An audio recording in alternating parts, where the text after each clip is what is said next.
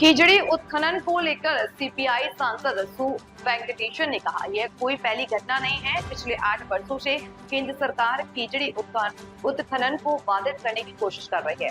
उन्होंने पुरातत्व अधिकारी अमरनाथ रामकृष्ण का तबादला कर दिया और उत्खनन रोकने तथा किसी अन्य व्यक्ति को रिपोर्ट लिखने का आदेश भी जारी किया है। மாற்றப்பட்டிருக்கிறார். தொடர்ந்து தமிழ்நாட்டினுடைய தொன்மைக்கும் கீழடியின் உண்மைக்கும் உறுதியாக இருந்த ஒரு அலுவலர், தொல்லியல் அலுவலர் அமர்நாத் ராமகிருஷ்ணன் அவர்கள். அந்த உறுதிக்காகவே ஒன்றிய அரசு தொடர்ந்து அவரை பல்வேறு வகையில் வேட்டையாடி கொண்டிருப்பதை பார்க்கிறோம். இந்த 8 ஆண்டுகள் இந்தியாவின் 4 எல்லைக்கும் அவர் இடமாற்றம் செய்யப்பட்டு விட்டார்.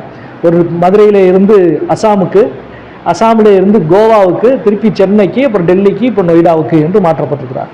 ஒரு ஒன்றிய அரசினுடைய ஒரு அதிகாரி இடமாற்றம் செய்யப்படுவது ஒரு சாதாரண நடைமுறையான விஷயம்தான்.